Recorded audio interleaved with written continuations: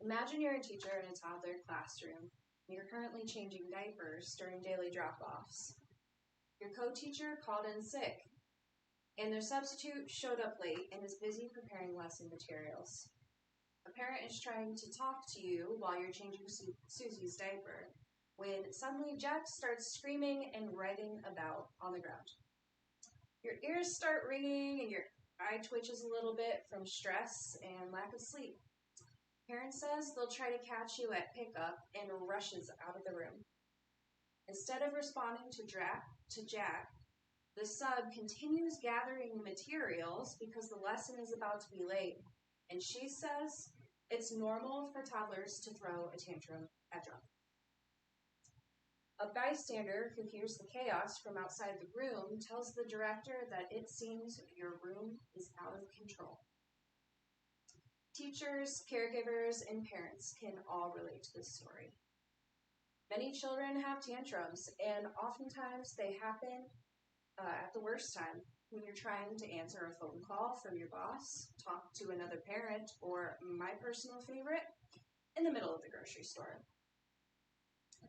As a birth through pre-K teacher, a mother, and a wife, I have often experienced the tension of balancing relationships while teaching inside and outside of the classroom. It's not easy. When teachers, support staff, and families collaborate around the framework of positive behavioral interventions and supports, the result is calmer classrooms, stronger relationships, and children who can truly thrive. Today, we will explore the real challenges that early childhood teams face, how positive behavioral interventions, and supports gives us a shared framework to meet those challenges together, the small group strategies that bring families and educators to the same table, and the meaningful outcomes that happen when we do. Let's start with discussing the realities that many teams face. In our opening scenario, we witnessed some of the challenges in the early childhood classroom. A 2025 study in the Early Childhood Education Journal by Hamel and colleagues found that early childhood teachers often cite staffing shortages, work-life imbalance, difficult behaviors, parental expectations, and a lack of resources to support children as reasons why they leave their jobs. What is the result of these challenges?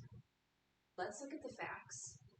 A 2022 systematic review from researchers from the Florida International University, published in the journal School Mental Health, found that a third of early childhood teachers experience depression during the school year, and 2/3 of their colleagues experience subclinical signs of depression.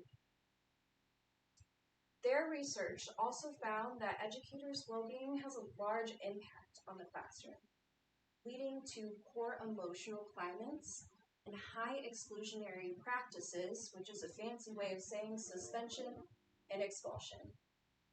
Here's a first-hand example.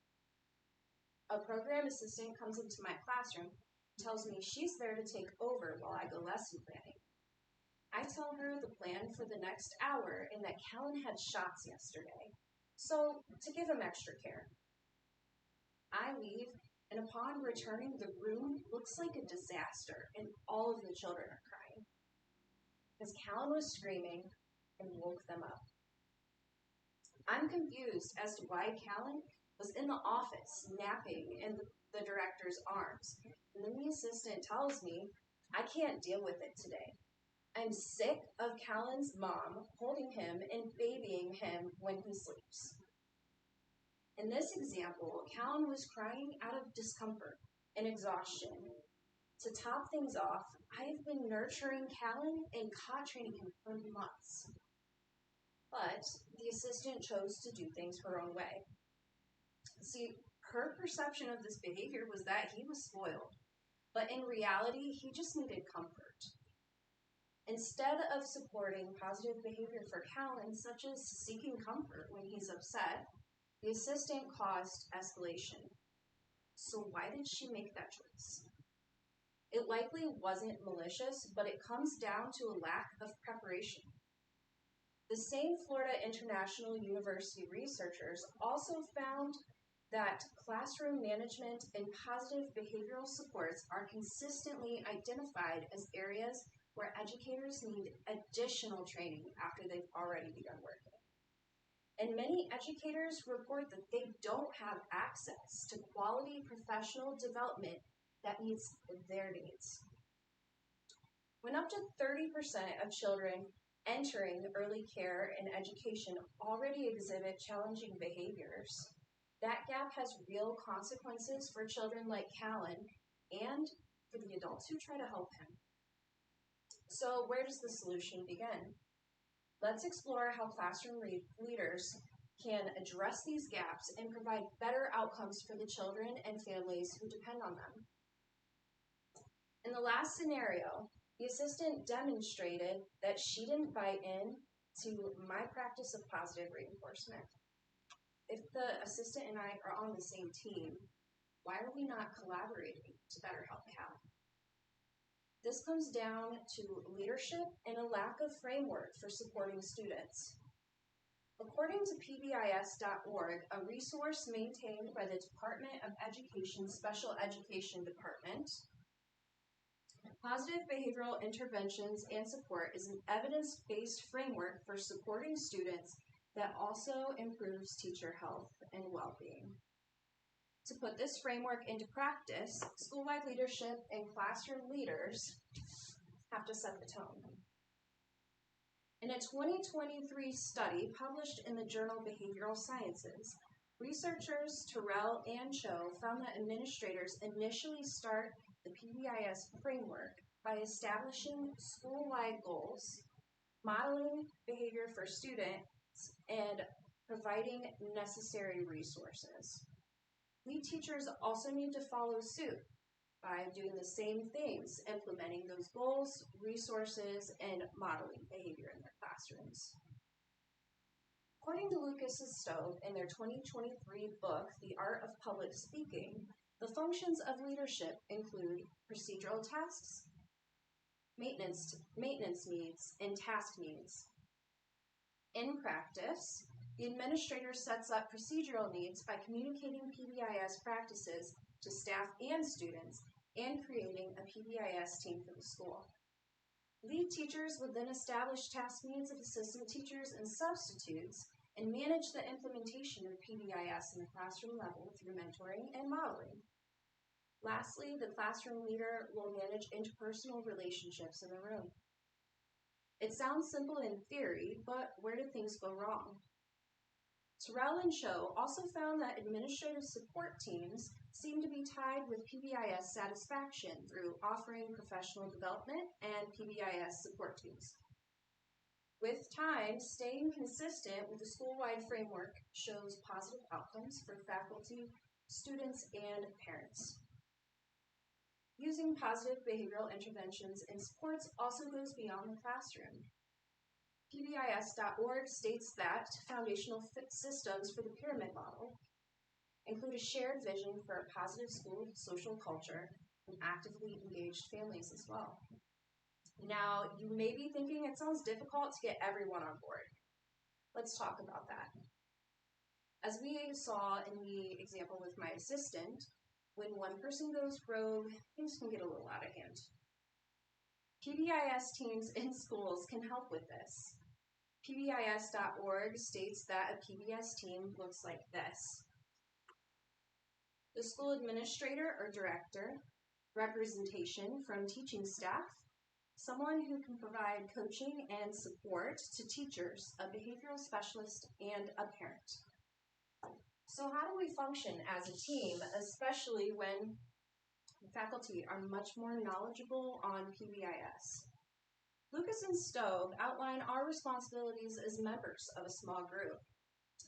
These include committing to our group goals, doing our individual parts, and avoiding interpersonal conflicts, encouraging everyone to participate fully and keeping the discussion on track. Here's an example. My husband and I recently met with our daughter's school IEP team.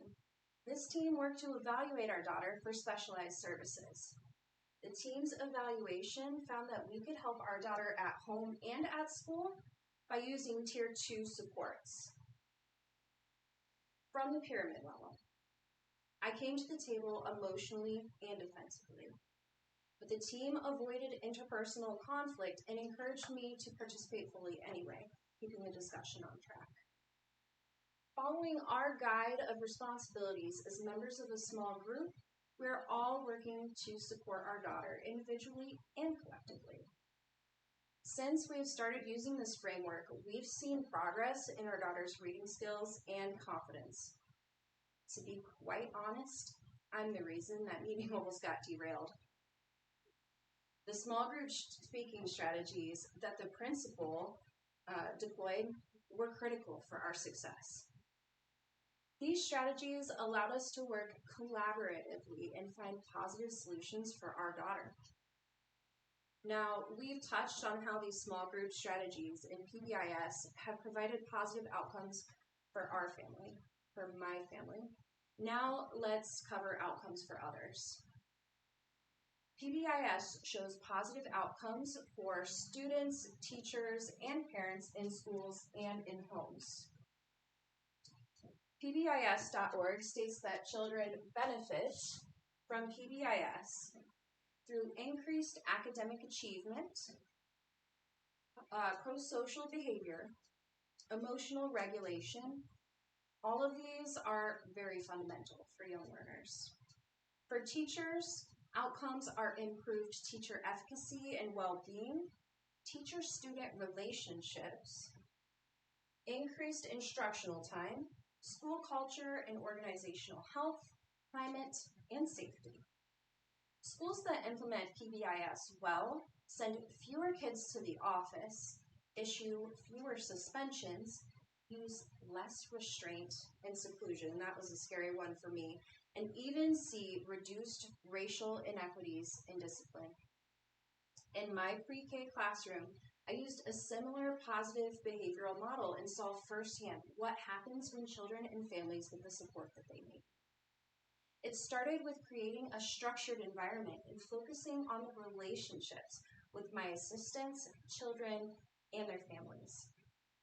Next, I used the data that parents and I collected on the children to fit the environment to their needs and provided extra support to the kids who need it. Outcomes achieved in my class were less accident reports and behavioral reports, reduced office visits and suspensions, and yes, that happens at the pre-K level very often, and then increased peer-to-peer communication with positive interactions. In my classroom, assistant teachers who were on the fence of quitting ended up staying. They too started to see and feel the benefits of positive behavioral interventions and support, and they often commented on how peaceful the room was. Does that feel good as a teacher? While difficult in the short term, and maintaining these strategies and staying goal-oriented provides real results. Today, we explored the real challenges that early childhood educators face, how PBIS gives us a shared outcome to meet those challenges together, the small group strategies that bring families and educators to the same table, and the meaningful outcomes that happen when we all commit to working as one team. When we unite around positive behavioral interventions and support as teachers, support staff, and parents, we create calmer classrooms, stronger relationships, and children who truly thrive. Think back to Jack writhing on the floor while the world moved around him. No one stopped. No one asked what he needed. Now think about your child at drop-off during that important conversation or in the middle of the grocery store. In those overwhelming moments, they aren't giving you a hard time. They're having a hard time. The good news is that you don't need a degree in early childhood education to make a difference. Starting tonight, you can try this. The next time you see your child show a behavior that you want to see more of, like sharing a toy or using their words and calming themselves down, stop what you're doing, name it, rephrase it. Say, I noticed you did that, and I'm proud of you. That is positive behavioral supports in the simplest, most powerful form. And when you bring that same language to conversations with your spouse or your child's teacher, you become the partner that every overwhelmed educator or parent is hoping will walk through that door. Because at the end of the day, whether you're someone elbow deep in diapers or someone who just needs to be heard and seen, we're all on the same team. That is the end of the speech. But I have a gift for you guys. If you like to read, here is a book on how you can use PBIS strategies at home and what implementing them can do in your household. If you enjoyed.